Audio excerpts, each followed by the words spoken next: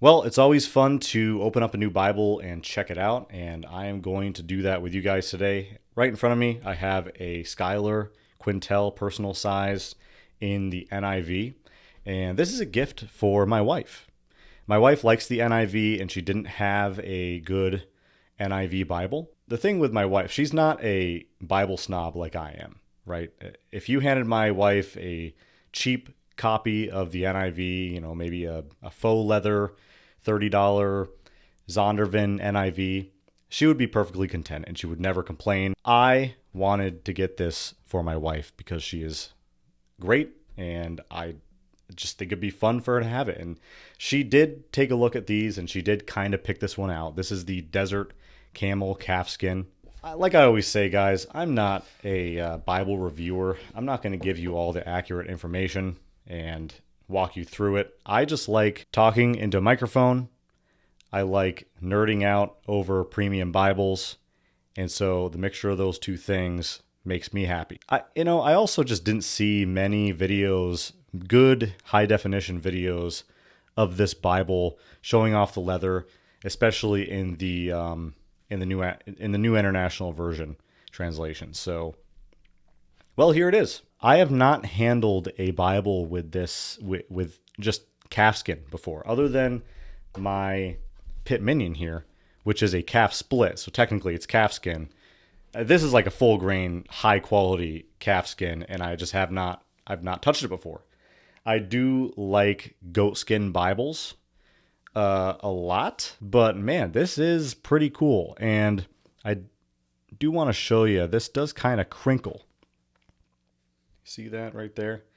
And some people don't like that, but my wife said she likes that quite a bit. And I don't mind it at all. I think it actually looks kind of cool.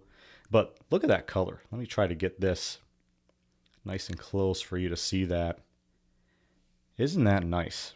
And let me tell you, when you get your hands on this and you just feel this leather, it really is a beautiful feeling leather. Of course, with Schuyler, you always have the raised hubs. I'm kind of agnostic on raised hubs. I like them, but I also like Bibles without them. So I like both just as much. And I think if they're done tastefully, I think a lot of kind of rebind guys are overdoing them. I think these are done pretty nice. They're actually pretty laid back. They're not, they look pronounced, but when you feel them, they're not quite as pronounced as they appear to be. And I like the way Schuyler does the spine. I like just the NIV right there, Holy Bible, and then the Schuyler. I did notice that this logo, the Jerusalem cross right there, is slightly off. My wife said she doesn't mind that, so I'm not going to make a big deal about it. The NIV and the Holy Bible are both nice and centered. And the Jerusalem cross on the front is also beautifully centered. But man, look at that leather. I really am a big fan of this leather. I think she made a phenomenal choice. And I don't know what they do to this leather to give it this pattern, but whatever they did, it's beautiful. And you can feel each one of these lighter parts of the leather. Very beautiful. It is perimeter stitched, and of course it's very well done. I really like, oh, there's the card. I really like the color that they went with for the liner. Look at that. I think they call this wine. That's the color wine. And I think with this lighter tan, that wine really just pulls it together. This is a beautiful job combining colors. Just gorgeous. And then you have the burgundy ribbons. Everything just looks great. I was watching my wife carry this around the house, and just from a distance, this Bible just looks really special. Beautiful red under gold, which they did a pretty good job on. I used to be kind of critical of Schuyler because their art gilting can be a little bit much. It could be a little too deep. I've kind of changed my opinion. I don't know if they've changed it, but looking at it in person, it's pretty good. It's not too much, I don't think. You do have a nice gilt line right there too, which is well done. The corners are nice. On the full Yap editions, which the full Yap is when there's just a lot more leather hanging out the edge right here, enough to where if you squeeze it together, it would touch. And when you have that full Yap, they do a pleated corner, whereas I guess if you don't have the full Yap, they do this cut and fold corner, which I'm indifferent about that. I think the pleated corners look okay. I think these look okay. As long as it's clean, it looks good. And it looks like they did a pretty nice job on these. Very nice. And how about this size, right? Now, I know in different translations, like the ESV and the NLT, I think those are the two, the personal size Quentel is a little bigger, right? So it's more of like a medium-sized Bible in those translations, whereas this one is, to me, more of a hand-sized, compact Bible. And actually, I wanted to show you, one second. I have my Cameo right here, and these are virtually the same size. I think the only reason the Quentel is a little bigger is because they're a little bit more generous with the yap. I could show you. You tell me which one is thicker. They're very similar sized. And I am someone who loves the size of the Cameo. It's one of the reasons I carry this thing so much. Very beautiful Bible. Now, another thing is, that just reminded me, the calfskin is not nearly as floppy, at least not right away. This is like right out of the box. This just came. This is somewhat brand new, but it's not much more floppy than it was when it came in. Goatskin is just more floppy than most calfskins. But I'm sure this will break in and get pretty floppy. And as far as I know, the paper is the same exact paper as the Cameo. It's that French paper, 28 GSM. It's nice paper. Very, very thin. But as far as I could tell, and I do have experience with this paper, it's good. It doesn't really curl too much. When it wrinkles, it seems to iron back as long as it has some time closed in the Bible. It seems to straighten back out. I got some stuff on this one, which I believe is the same paper. I got it on Genesis 1. I can actually show you. I think it was like food or something. And but it did dry out, and it doesn't seem to be doing anything crazy. So I wouldn't expect anything different from this one.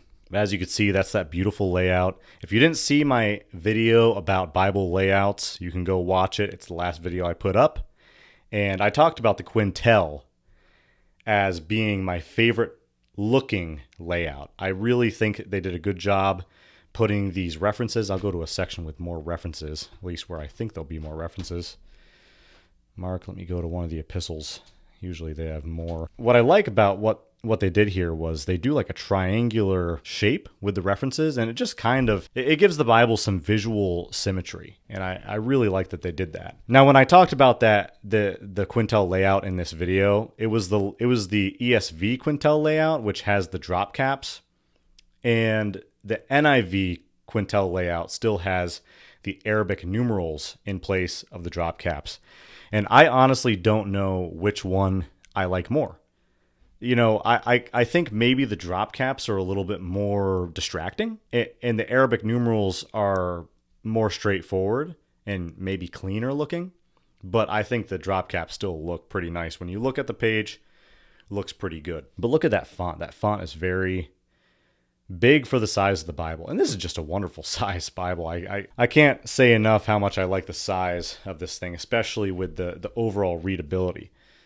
I'll just give you a nice close look at that typeface there. That's the Milo typeface.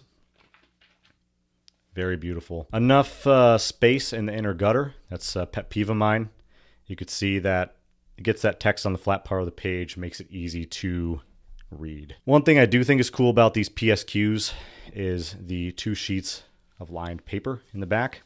It's the same paper as the Bible paper. Oh wait, there's 3 sheets now. Was it like that before? I think they used to have 2 sheets. Either way, you have it, and I do know for a fact, at least if this is similar paper to my Cameo, this paper does really well with writing. As long as you use like a good Pigma Micron, it does not bleed through at all. And of course, you have the Schuyler maps. Very nice. Like I said, it's not a review. It's just me looking at it, talking about it. And of course, this is going to last a really long time. It's edge-lined. Calfskin liner. Love that color right there. I cannot say enough how much I love this color. What I noticed about Schuyler's is that they seem to put the end sheet a little bit further away from the edge-line tab. I'll show you on the Cameo. Maybe I'm lying here. Yeah, Maybe I'm lying. Seem to be about the same. Now, this Bible also doesn't have a concordance. The full-size Quentel has a concordance. And from my perspective, that's a good thing because I'm not a concordance user. But if you are someone who uses a concordance a lot, you may not like that quite so much.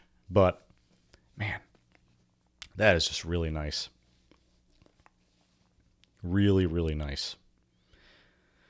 All right, guys. Well, I think that's about it for me. Thanks for hanging out, checking out this Bible with me. Until next time, goodbye.